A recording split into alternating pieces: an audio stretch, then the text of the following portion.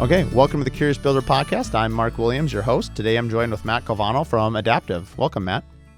Thanks, Mark, for having me. It's good to see you again. Likewise. I think last time I saw you in person was at the International Builder Show, right? Yeah, that's right. Topgolf.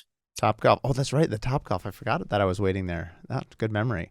So for those listening, why don't you tell us a little bit about Adaptive? We've gotten to know each other probably over the last, you've started your company about a year ago, but I met you about 5 months ago. And then now obviously we speak probably once or twice a month, as well as some of your associates as we work with you as a collaborator in building. But why don't you tell the audience a little bit about what you do and a little bit about the history of your company, because it's really unique to building specifically. Yeah. So Adaptive is a software company focused specifically on builders. And we have other kind of residential trades or commercial trades using the platform as well. So generally like building and construction industry. The product is financial management software that does, I would say, 3 things. The first is it automates your bookkeeping, right? And we can talk more about what I mean by that. The second is it helps you with payments. So making payments to all your vendors and dealing with that process. And then the third is it helps you manage your cash flow. Obviously, if you're in the construction business, oftentimes it's a game of making sure you've collected enough to pay out your vendors and managing that balance. And we help with that as well. Yeah, no, I agree. Yeah, that's been a huge help. We'll probably dive on this podcast. I want to focus probably maybe half the time on business, and we'll talk. Even my point of view is a little unique because a lot of the people that we have on the podcast, obviously they're telling their experience, but I obviously haven't, if I have a builder on, it's not like I can give my point of view of having built with them. But now having worked with you as a client or as a user of your software, I can kind of walk people through, especially other builders that are listening, of how helpful it's been for me. But before we get there, tell me a little bit about the history. So you have this AI software that's proprietary that you guys created. Tell us a little bit about your journey, because your journey, like a lot of builders, maybe grew up in the industry. You have kind of unique industry because you started in New York, right, in venture capitalism? Well, so not venture capital, and I started in Michigan, not New York. Michigan. All right. I don't want to offend anyone in the UP, but okay. I grew up in Michigan. And before I ever got into my professional background before this was in real estate and investing, but before I ever got into that, when I was in college at Michigan State, I did kind of start in construction because I paid for college by running a residential painting company. So that was my original start. It's amazing how many people had some ties to building or trades or working, obviously, in the construction industry, obviously at an early age. And this, again, here in college, and especially painting. Like, what was it, the College Pro painters? Like that whole infrastructure was based around that. I started with that the first summer, and then I moved over and started my own called MSC. I have 4 little brothers. And my name's Matt. I have the next 2 in line are Sean and Chris. So I kind of involved them in the business. Oh, that's cool. And we went out and started a painting company. I love it. Whatever happened to the painting company? I passed it down to Chris. He ran it and then closed up after that. I went off to New York and started my job. And see, I like this is the bias from Minnesota Midwest. It's like, I figure anyone that goes to New York, they must be venture capitalists, because that's really cool and sexy. You probably you have like a part-time cameo role in, like, Billionaires, or like, one of those HBO special Mad Money movies or shows. So okay, so you're in New York. What are you doing in New York at that time? So my first job was in investment banking. Do you know investment banking? I mean, I know what the word is. Basically, if you're in investment banking, your job is to work with like companies on helping them with 2 primary things. Either like raising money because they want to buy more property, or they want to buy another company or fund their operations, or they want to sell or buy something. Okay. Kind of helping those are 2 companies, main points. Yeah, with that. Okay. I did that, and I was on the real estate team at Morgan Stanley. And so we worked with large home builders, large real estate brokerages, REITs, real estate investors, all that type of stuff. What period of time was this that you were you there during 08, 9, 10, that area? No, I was there from 2014 to 2016. Was there still, was there still a bit of a residue of all that had happened in that 4-year time frame by the time you're basically starting at the tail end of the collapse and kind of the rebuild? What was that like? So I think specifically to home building, the big change that was happening was large investors were starting to buy up single family homes. So this was like right around the time where it was getting popular to own like single family homes at scale. Um, Before that, if you looked at like large investors, they would really only buy like multifamily buildings because there was this idea that you couldn't really operate single family properties efficiently because they're all spread out. Um, but as more money poured into that industry over time, it's like proven out that you actually can operate them effectively if you use technology effectively. Interesting. So, I mean, that makes sense, right? You have a huge crash, so a huge deflation of pricing and single family homes and pretty much everything. And anyone that had money that survived that was in a unique position to really capitalize on those not artificially, but temporarily very low real estate prices. Is that the opportunity they saw? Yeah, that's actually a really good point. So that's I didn't know if I wanted to get into this, like the specifics. I mentioned like using technology effectively. Like that's one piece of it, and certainly was a huge part of it. But we probably never would have gotten to the point where the tech was like developed enough if there wasn't the opportunity you mentioned. So basically a bunch of large investors were like, all right, these houses are pretty cheap. I hope I can operate them effectively at scale, but if not, I'll just sell them because they're like pretty cheap to buy. Okay. And so they went out and bought them. And there was a big debate around, can you build a business around this? Like, can you acquire a bunch of these and retain them and rent them out and build like a rental business? Or are you going to have to sell them? So there's all this money poured in. They invested in the technology to operate them. And then it turns out you actually could create a business. So to answer your question, that was the big trend. And the first deal I worked on during my internship in 2013 was actually the IPO of one of the big owners. It's called American Homes for Rent. And it was started, I believe, by the same guy who started Public Storage, the big storage company you see everywhere. Interesting. Wow, these are some very forward-thinking individuals. Plus, they obviously had the bankroll to do that. But wow, that's interesting. I did not know that part of the story. I guess when there's opportunity and some ingenuity, you've got some new creation. So, at what point did you know? I've met obviously your other co-founders. You've got Henry and you've got Frank or Francisco. How you guys went to Stanford together? Is that right? Yep. Yep. So that was from 2019 to 2021. I went to Okay. Stanford, got my MBA there, and that's where I met my co-founders. Okay. So interesting. You've got this very unique background to develop that point. At what point did you guys know that you wanted to, like, why construction? Like, how at that point in time, you obviously had a pretty big access to that, given your investment banking and knowledge of rentals. At what point during college were you guys thinking, like, hey, we need to start a company? And how did Adaptive come to be?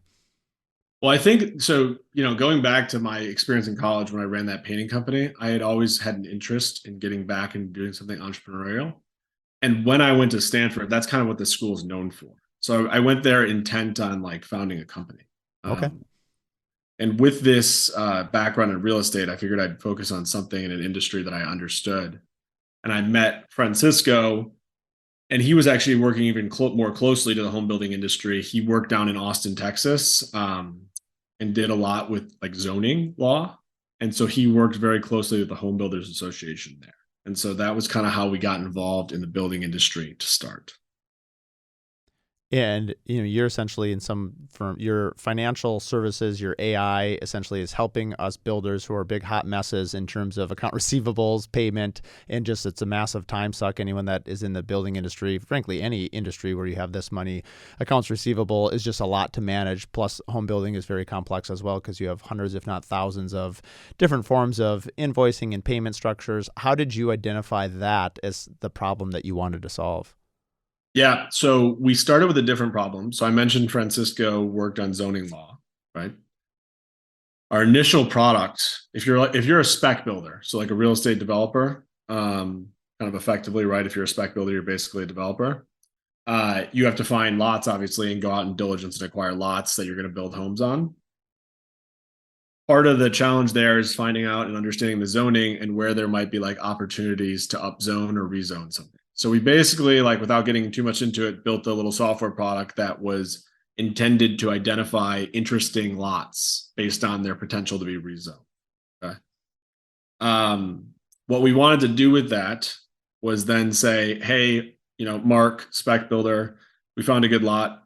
You found it using our platform. Let us help you finance it, right? Let us help you go get some money to buy it from the bank. Go to the bank. One of the bank's requirements is, Mark, are your historical projects profitable? Prove that to us. Show us that your prior projects were profitable. Started to realize that for a lot of builders, that was quite challenging, right? The record keeping is not necessarily great in a lot of these businesses. And I think the reason why is there's like a ton of record keeping to stay on top of. If you think about all the paperwork coming through an office on the day-to-day basis. So that was where we're like, okay, this seems like a big problem. A, it's just a pain. And B, it's preventing these businesses from growing. Let's build some solutions to automate a lot of this data entry and a lot of the work related to bookkeeping. And that will result in better reporting, better visibility into the business, and make everything else a lot easier. Interesting. And that was your case study was using essentially, it was basically out of Texas. It was out of Austin. There was a builder down there that you guys were doing this for. Is that right? Yeah, we actually, so the way we started, we just started a bookkeeping firm for builders to confirm that we were like understood how everything worked and that there was a solution for it. And so we just signed up a few builders in Austin and just manually, managed the books for a couple of months. And that was how we got started. And at what point did you realize that there was bigger fish to fry? And I guess where did Adaptive start taking form? Well, I think we never we weren't intending to start a bookkeeping firm in perpetuity. It was more so kind of like the phase at which we wanted to understand and confirm that there was an opportunity here. So it was a hypothesis we were setting out to prove through the bookkeeping experience. Sure. Mm-hmm.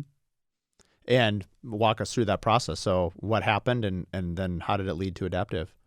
I think so when you start doing bookkeeping, you quickly realize a lot of the day-to-day is you're getting bills from your subs and your vendors and your suppliers, right? And you're making a lot of purchases on your credit card. And to stay on top of that is a pain. So what we were seeing was that people are typically waiting either biweekly or at the end of the month to do all of this. And if you're waiting a month, you're probably going to lose things. Things are going to slip through the cracks. It's a ton of work all at once. And then also your financials are constantly in lag. So we're all right, let's solve this problem to start, which is what I'm referring to as the bookkeeping. Interesting. It reminds me, there's a business book I read by Michael Michalowicz. Shout out to him. It's called Fix This Next. It's a little bit like I think a lot of entrepreneurs, when they start, it's you don't necessarily know the end in mind, right? Or how you're going to do it. I mean, for myself, I knew I was going to, I guess once I started a construction company, I knew I was going to build. But, it evolves, right? You make, I'm going to make this improvement. It's, 1% improvement. I'm going to make this improvement. It's 1%. And then before you know it, 2 years down the road, you're like, oh, wow, I'm 20% better than I was 2 years ago. It sounds a little bit like that for you guys. You're like, okay, I'm going to fix this problem. Oh, here's another problem. Let's fix this problem. So is that a pretty accurate, essentially business plan? Where's the problems? Let's fix it and then move to the next one? Exactly. What you're describing, what you were asking in software development, there's two ways to approach it. And they're generally called agile or waterfall. Agile development is very much build something, call your customers, ask them how it's working, ask them what you need to fix it, and constantly iterate, which is what you're describing, just figure out the next problem and focus on it. Waterfall is I'm going to sit in a room, I'm going to determine the best thing ever, and I'm going to build it kind of in a corner for 6 months, and then I'm going to release it to the market. And I would say yours is definitely agile then? We're much more agile, yes. Well, frankly, that's what attracted me to your company. So when we met through Chris Anderson from Month End. He was actually on the podcast as well. And he, oddly enough, happens to be based out of Minnesota, but most of his clients are not even here. And he suggested we interview you guys and meet with you. And they're a bookend or accounting firm. And it was really interesting when we first did our first demo with you and understood it. I was actually just transferring office managers who really was processing all our bill pay. And, we use Buildertrend. So trying to see how these systems all work together, yours was the most dynamically flexible, which is, as an entrepreneur, I love to align myself with people that, I'm a small company. So if I decide to move the boat, I can move it very quickly. It's very painful for me to work with big corporations, which I get we have to. It's just they're so unable to move quickly, that it's hard for my borderline ADHD to handle, where you guys are like a team of savant ADHD people that love to keep moving and changing directions. I didn't realize that the software path was called Agile. You would have had me next time lead with that, because I'm like, oh yeah, Agile. That sounds like a great marketing term. But anyway, my biggest thing that I've told so many people about working with you guys is, you're only 1 year into when is your 1 year anniversary? Have we already passed it? Yeah, I mean, we raised our seed funding just about a year ago. A year ago. So happy 1 year anniversary. But what I love about it is that, we have a request, whether it's a sworn construction statement or early on, at least in Minnesota, I found out later that this is not standard practices across the country. Like, we can't get reimbursed from the title company without a lien waiver. I heard some crazy story that, like, down in Florida, you just have to mark a 0 or a 1, and depending on what it is, they'll count that good. And so it's interesting, even across the country, bookkeeping and the way title companies work is a very loosey-goosey, much less how builders practice it. And so, we're by no means perfect, but I would love to try to bring more and more order to the chaos of building, because it's a messy, it's beautiful, but it's a messy process. And what you guys did so well for us is, we would come to you and say, hey, when we send out these ACH payments, which is, quick automatic payment, all of a sudden now it's like, well, we don't want to release those funds until a lien waiver is signed. I mean, this isn't rocket science, but it is very intuitive. And it's just, hey, that's one less thing that my office manager then either has to mail out or track in another email. It just becomes so cumbersome. If it can all be done at one time, that's amazing. And you guys solved that within like 30 days. Mm-hmm, mm-hmm. Yeah. And I guess walk people through that process that, maybe your other builders out there, and I'll just give my point of view. You tell me if I misunderstand it. But, let's say I'm going to pay my cabinet guy $20,000 payment. I'll ACH it. So that's a direct wire transfer to his bank account. So there's no mail, there's no delays. I think it's like a 1 or 24 hour, whatever your state's, holding period is. And then it shows up, but he has to click on it, correct? He just has he's clicked with an email, prompted with an email. He clicks on to receive it, but before he has to sign the lien waiver. And then once that lien waiver is signed, that money is deposited in his check. Is that correct? Well, that's how it'll work once we roll out the lien waivers. Correct. That'll be like a conditional payment, basically. Yep. Right? Yep. And similar situation with like certificates of insurance, right? So someone, if their COI is expired and you need that on file as well, it'll be similar. Where basically the way it works right now, say you have a vendor you need to pay and you don't have their electronic payment information. On our platform, you can just say, request ACH and pay. So it's kind of like a conditional payment. They'll get a message that says, Mark G. Williams wants to pay you. All we need is your payment information. Okay. Do that one time, it's encrypted, put it in, and then you're good to go and you can start getting paid electronically. So similar situation when we roll out the lien waivers and COIs is like, we want to pay you, sign the waiver. And I apologize. I thought for some reason, I know because, this obviously just happened a month or two ago. I thought it was maybe already done. What is the rollout, or when is that happening? Lien waivers, that's pretty high on our priority list. I think right now what we're focused on finishing up is the draws piece, which is pretty close, right? Yep. So cost plus draws, and routing all the payments for your title company. That's top the priority list. And then we are probably going to move to lien waivers pretty shortly thereafter. Okay, so it's in process. It's interesting because, and obviously there's essentially, for those listening that aren't builders, there's lump sum payments. So I'm going to build your house for $1 million, and you essentially submit all your paperwork to the title company, and at closing or however the client pays you, you're paid that $1 million. And a cost plus, there is just a ton of paperwork, right? Because it's open book. So all the invoices, which we have to do anyway, but it's a little bit different format when you're presenting it always to the client, and every single draw has to be signed off on the client. It's very paper intensive. And I think if you're considering cost plus out there and you're a builder, just know that, it could easily be a full-time job for your office manager or your bookkeeping to track it, which is, again, why partnering with somebody like yourself, Matt, and Adaptive, you guys have been a huge time saver. And obviously, you're going to have a couple months of onboarding and figuring out the system, but once it's up and running, it obviously continues to get more and more streamlined, which is going to save you that time which obviously frees you up to do other things with your time. The other thing that I really liked about Adaptive that I've used so far is we're a pretty small company, so it's not as big of a boon for us, but a bigger company, especially a commercial company, I can't imagine how helpful this would be. But your software, the way you are able to track where the invoices come in. So let's say you have 5 people that an invoice has to be improved upon. Rather than printing it out, walking around the office, or emailing it in several different email trains, it all comes in through Adaptive, and you can set the priority list. Like, it has to come to my project manager first. It has to go to the site manager, like, was the work done? Then it goes maybe to the, to me as the owner. Maybe I'm working out some other side deal with that, let's say, cabinet company. We're doing some sponsorship deal, or maybe there's something else that he didn't do that I want to make sure, like, hey, we need to hold back 10,000. I can make a little note on the invoice, and then it eventually goes to the office manager, whoever the last person in queue is, and they can either approve it, send it on, or they may have a question. But I love that that's all done essentially digitally, and you can log in and see where in the flow, like, who's holding the reins on that decision-making process. I think that is really slick. Yeah, exactly. I think that's a piece of, like we try to, when I say automate earlier on in the podcast, to automate your bookkeeping, there's a few different ways you can do that.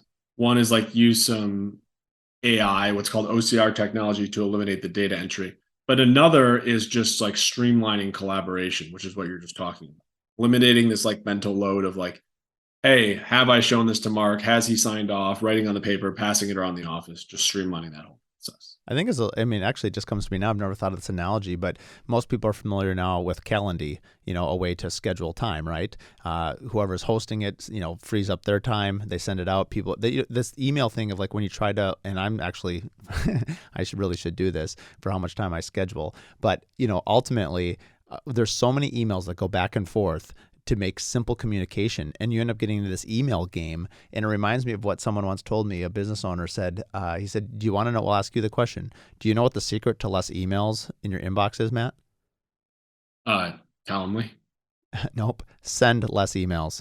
Yeah. Which I always thought that was really funny, but it's so true. Like, have you ever gone on vacation and you think, oh, my inbox is going to get blown up, which it usually does happen to some degree.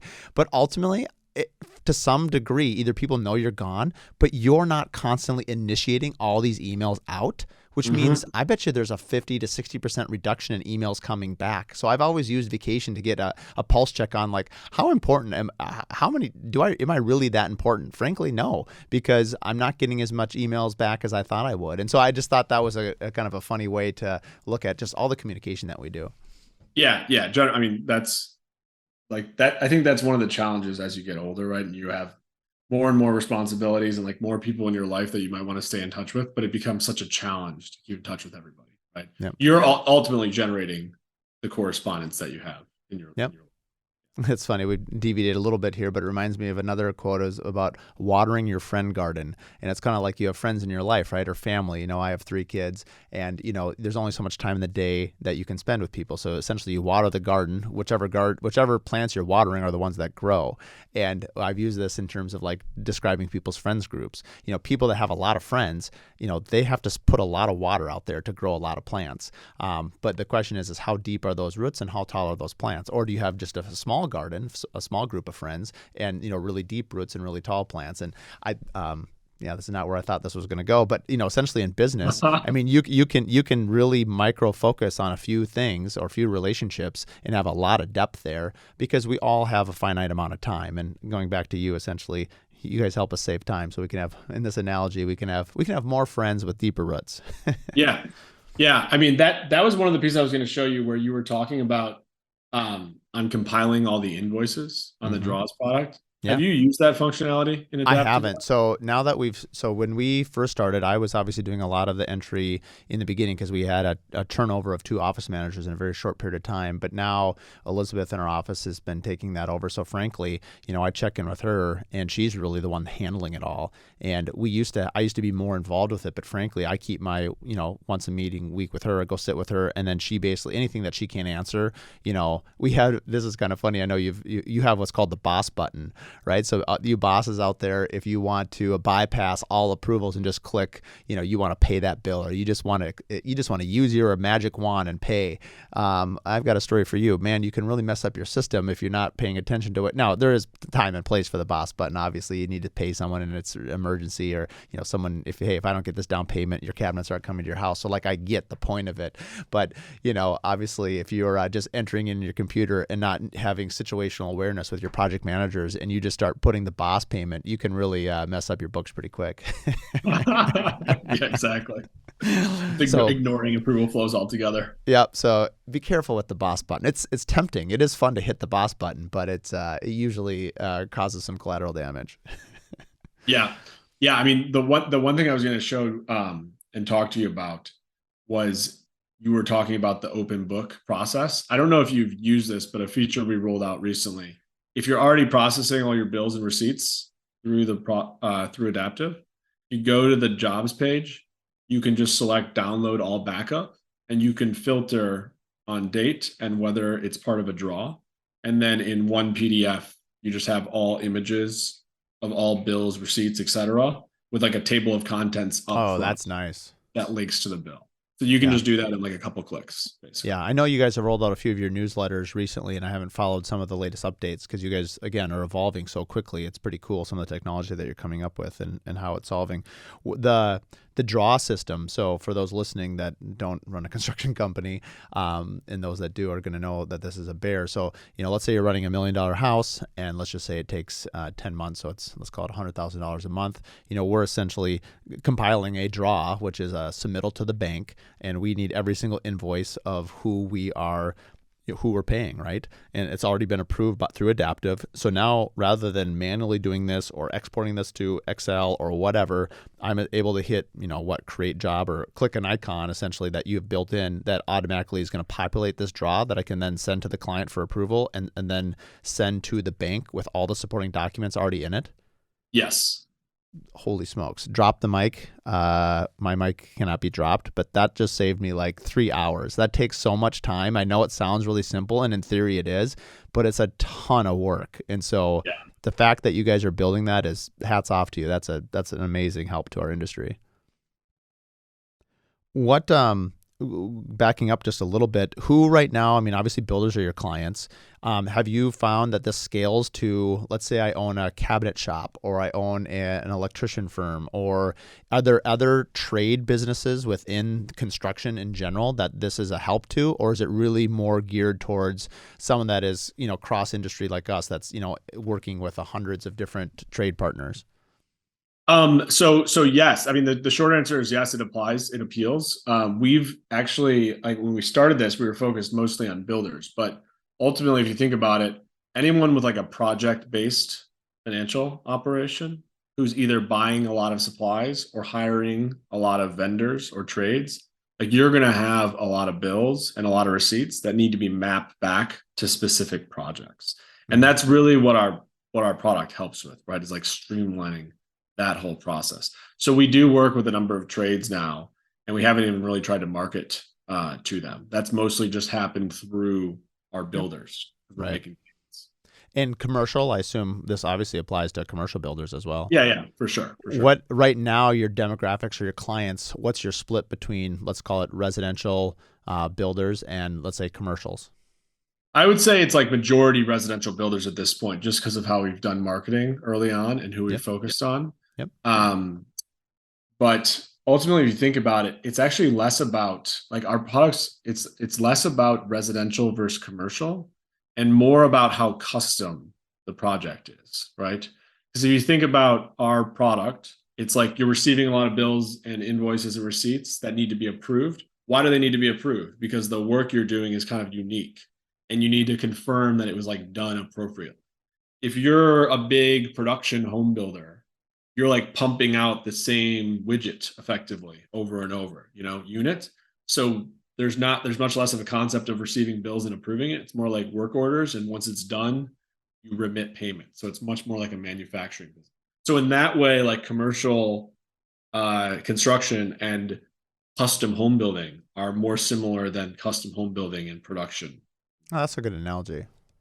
Yeah, that's really interesting. So hence why you've obviously gone after the custom home builders, somebody like myself as well. Have you, with builders that you've aligned yourself with and talked to, and obviously I've been an advocate for you guys as well, reaching out, just obviously just sharing my story, which I'm happy to do because it's been really appealing. What have you found in terms of, is there different parts of the country that people are more open to talking about the software? I guess where do you find most of your new leads? I'm in Minnesota. I think you're in New York, right?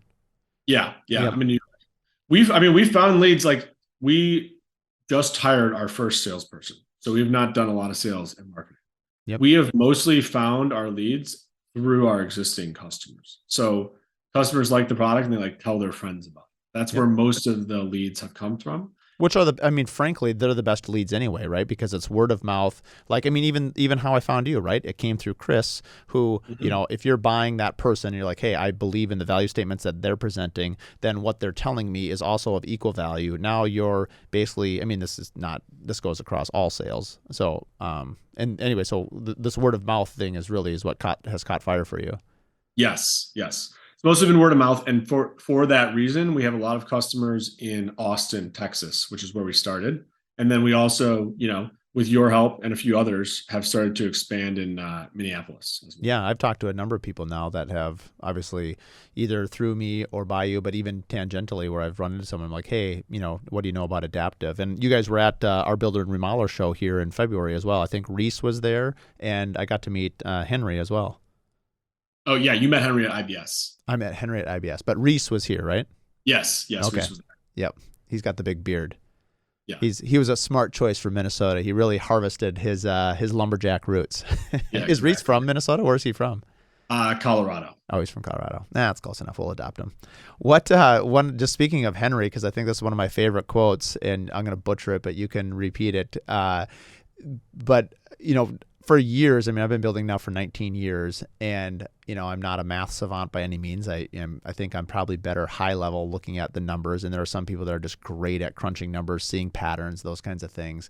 But in general, it feels like you kind of earlier mentioned it, like, if people are doing bills every 2 weeks or once a month, it just gets to be a lot. It's in, it's out. How are you managing all your finances? It's always been really important to me that, if you were building 1 or 2 homes, you're less likely to commingle money, which is, mixing up job A with jobs B. If you start running 5 homes, maybe like we do, maybe 3 to 4 new homes at a time, plus 3 to 4 remodels, you're running 6 books. It becomes a lot. And it's really important, not only for the integrity and health of your business, but obviously just ethically, you can't use, money from client A to pay for client C. You're going to get yourself in a world of hurt. You have to make sure you have systems in place to track all of this.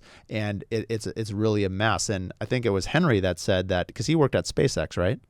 Mm-hmm. Yeah. And so, like, basically his comment is that essentially accounting software or accounting for construction was more complicated than rocket science. Is that an accurate statement? Yeah. He did say that. Which is like the best. I love telling people that construction finance, which doesn't sound that sexy, is harder than, rocket science, which is very sexy, right? Rocket science. Yeah. Oh, that's cool.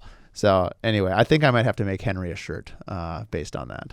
You could have Henry on the podcast. Maybe I'll ask him if he wants to hop on right now. Yeah, hop on. Well, for sure. I mainly just want to get him deers in a headlight and just be like, tell me, if I chuck this pen across the room, where will it land? He could probably tell me within a decimeter. And if decimeter is even a thing. And that shows you how little I know about rocket science. I was terrible at physics. I was the presenter. I was always very good at presenting our group's findings, but actually computing all the numbers, not so much. I would love to hear him talk about his time at SpaceX and see what has translated. Does he mostly code? Like, what is he, or is that just a terrible stereotype that I just took my rocket scientist and said he's your coder? No, Henry is the CTO. He's the chief technology officer. He is like, he early on was like doing a lot of the coding himself, and now we have more of a team of engineers. And so he's helping the team overall build out the product. But yeah, that's where he spent most of his time. Yeah.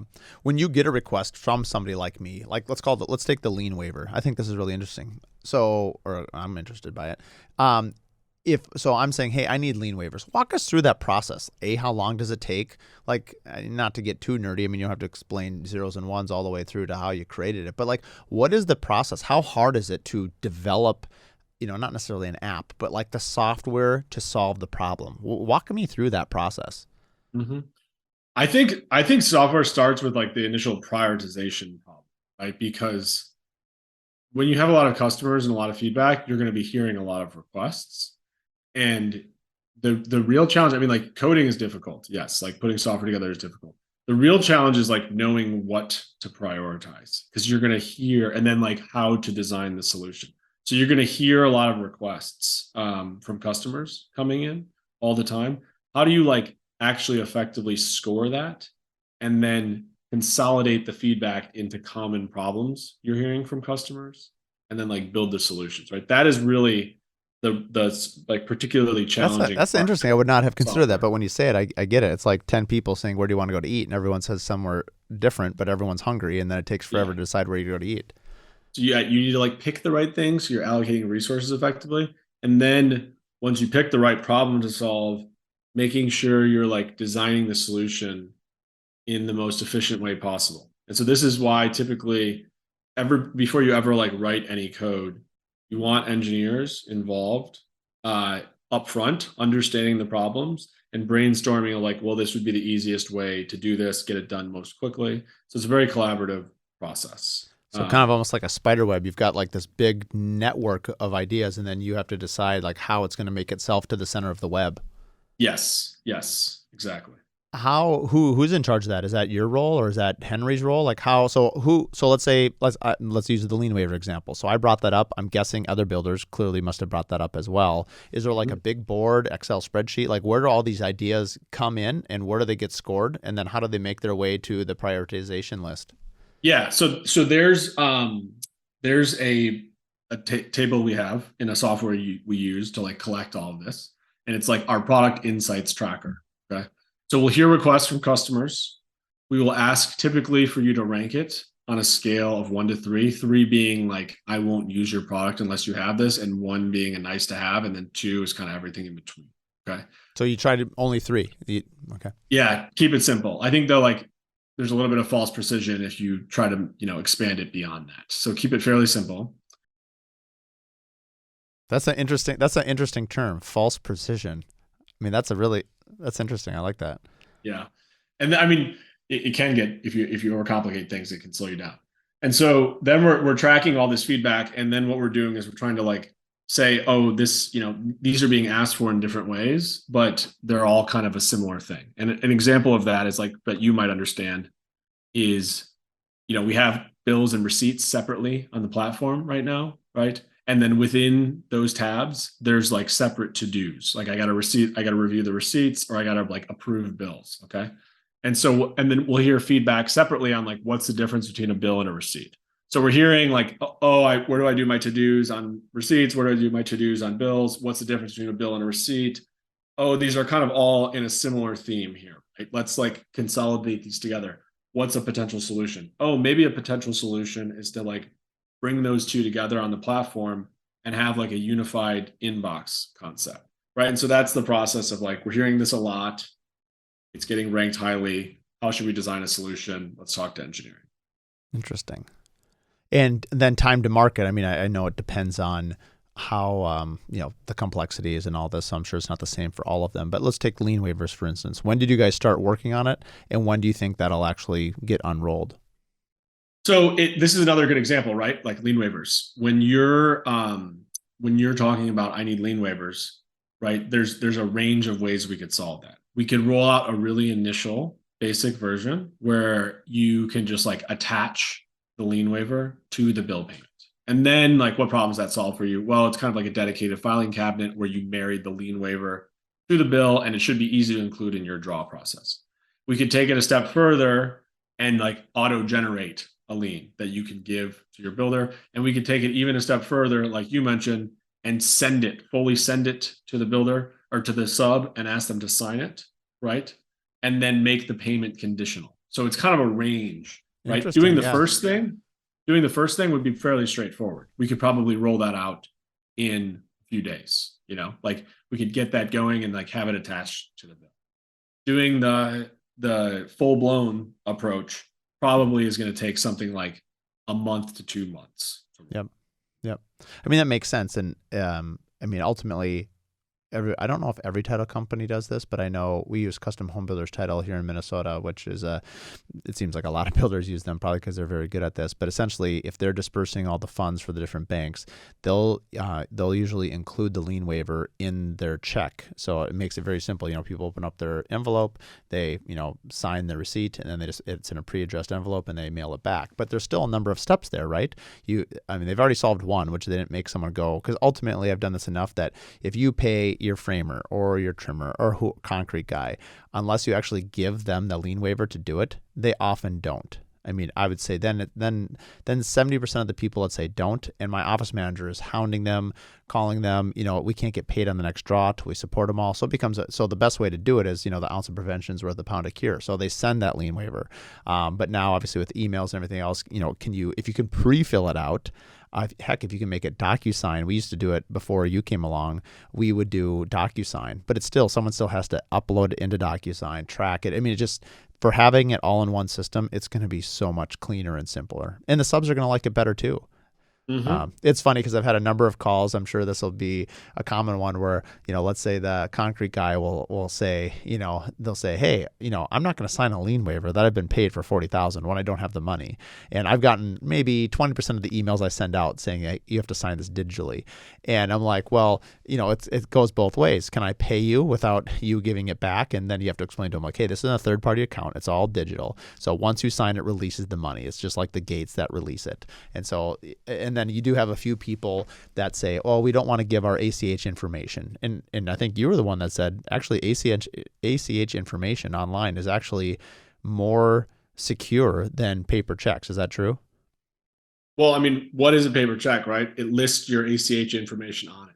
Right. It shows your routing and account. Your ACH information is providing your routing and account number. That's on the checks. Right. That's like, so if you're concerned about giving some of your ACH information one time, every time you write a check, you're sending out a piece of paper into the universe with your ACH information. Right.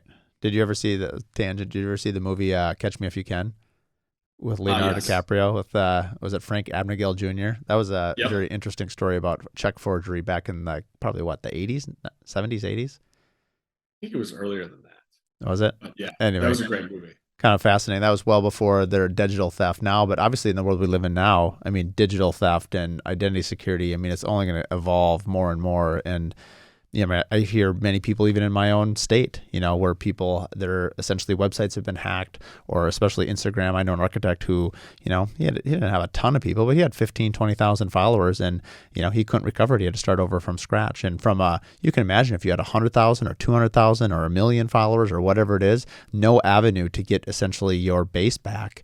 That's, anyway, we live in a different age than we did even just a decade ago. No. What so you mentioned you hired your first marketing person. It's funny, as someone like myself, I love marketing, and so I love, that would be probably the first thing. I would probably try to market something before I actually had it, which is true. I actually started I actually had the podcast idea, and I was soliciting sponsors well before I had a actual podcast. So that's how much I like marketing. Walk us through, like, why now? So 1 year later, you now have a salesperson. Why didn't you have a salesperson earlier in the process? Well, I think before you hire a salesperson, you want to make sure that you have something worth selling. And before you have something worth selling, you typically need some semblance of it existing to like make it real and have people buy it. To actually your point you just made of like, I try to market things before they exist. That's generally like something that's taught in startups as well. Like, get out there and try to sell your product before it actually exists. So like, we did a lot of this validation early on, sure. But ultimately until you have the real product, it's hard to know for sure. Right. And as we discussed earlier, like, building software is complicated. Our product has a lot of functionality. It wasn't easy to build. We built that from April to December, and we started selling it in January. And the way we started initially, it was just me, Francisco, and Henry selling it, until the point where it started selling pretty effectively. And we said, okay, let's start to build out a sales team. Yep. Oh, just this last January. Yes. Oh, wow. I didn't realize I was that early on in the beta process. I like it. I like the story even more. So walk me through like the builder show. I mean, it makes sense, but I'd like to hear it from your point of view. I mean, you guys are early on. it sounds like essentially it was coming to market January 1. The Builder Show is the last week of January, first week of February. How did you know that? And you would have had to make this call probably in the fall or summer to get a spot at the Builder Show. How did you know you wanted to, set up a booth and pay the money and essentially kind of be at the Builder Show talking about adaptive? Well, I mean, that's the big show every year. And we set a goal of just like being ready by that time frame. Okay. And some of the things we wanted to have live weren't live at the Builder Show, but like ultimately we were still going to go and get out there. And that was an incredible experience. I mean, it was cool to like get out there for the first time and all day long be talking to customers about the product. Like that was the single, probably most effective learning experience we had as a company to date. And it wasn't just, me and the sales team. Our whole engineering team was there as well, as you saw. So everyone was out there talking to customers. Right. That's interesting, because do you feel that as you're telling your story, I mean, especially because this is your first trade show and especially the biggest one there is in the United States anyway, maybe the world, I guess I don't know, but did you feel like you kept refining your story and like, what did you learn in speaking that much for that many days in a row about adaptive as you met? Because you really got to practice your pitch, probably every 5 minutes continually for, 72 hours? Yeah. No, I mean, we learned a ton in terms of how to actually position it. I think what is challenging about our product in terms of marketing it is a lot of what makes it different from existing options is the automation component. Okay. And that's kind of difficult to get across in like a 1 second blurb or a message, right? Or marketing message. Right. But as soon as you show a customer how the product works, then it like resonates quite a bit, right? So I think our takeaway from that was like, okay, like our close rates are generally pretty good. So when we get people on the phone, we're like closing people at pretty effective rates. But our takeaway from that was, one, like when it comes to our marketing content, we're going to need a lot of video, right? Yeah. Like video graphic representation of how things work. And then two, in terms of how we're actually going to like really, really juice go to market over time, we need to have like a very effective customer referral program. Because I think once customers experience the product and they're very happy with it, they start telling their friends about it. And that endorsement gets across the automation piece, right? And then suddenly it registers. I mean, it's funny because I can tell you, like, and I'm not, obviously, to be clear, I'm not selling, I'm not an employee of Adaptive, but when I'm talking about it, like I am obviously an advocate for you guys because I believe in what you're doing. And if I'm to isolate two things that I value the most, it's that you guys are extremely responsive and phenomenal communicators, which is something I highly value in any industry.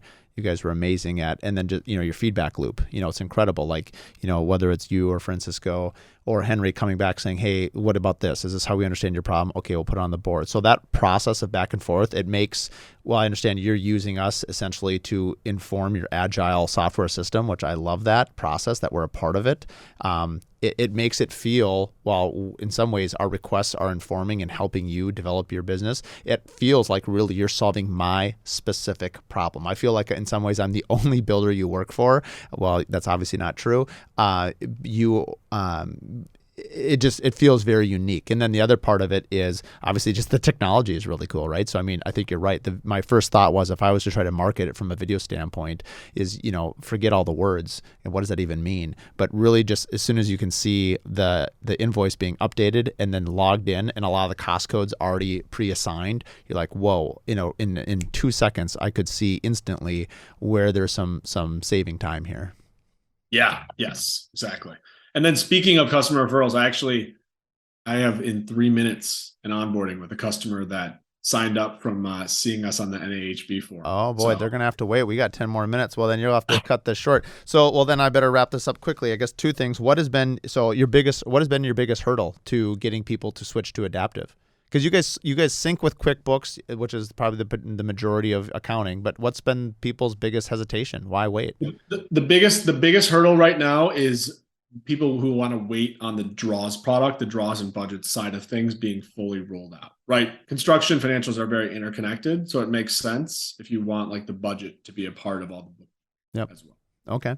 All right. Well, usually we have a little bit more time for this, but let's do the quick hot takes. Do you have a favorite quote? A favorite quote. I don't have a favorite quote. All right, I'll fill one in for you. I heard it on the way over here. Muhammad Ali said that they asked him how many sit-ups he does every day. He says he doesn't start counting till he's in pain. I don't know. I like that. Like basically, you don't start counting the problem till like you've already exceeded like your expectations on something. Is how I took that. The AMRAP. The AMRAP. Okay. Favorite book? Do you have a favorite business book, or what are you reading right now? So I read a few books recently. My favorite business book is probably Hard Thing About Hard Things. That is written by actually the guy who started the venture capital firm we raised our round from, Andreessen Horowitz. Ben Horowitz wrote it. Okay. And then that's a good business book. But favorite book is a book called Island in the Center of the World, which is about the original Dutch colony in Manhattan. And it's just like a really cool, kind of like lost history that, most people don't necessarily talk about. Typically we think of like the British early on. So it was really cool book. Some like the early exploration into America. I've added both those to my list. Last thing, what are you, anything fun and exciting coming here in 23 and 24? What's fun and new? I got married last year and we did a delayed honeymoon. So we're going on our honeymoon this summer. So okay. Where are you going? We're going to go to South Africa. First time doing the safari. So that'd nice. Be cool. Cool. Well, we'll have to chat more. It's been a while, but it's a cool place. Thank you for your time. Thank you for coming on. I like the idea that we have to end this podcast call so you can go close your client. So you tell that client that if he doesn't sign, that man, he's going to have every single listener calling him. He already signed. This is the onboarding. So well then, make him wait. Yeah. All right. I'll talk to you later, Mark. This was fun. All right. Take care. Bye-bye.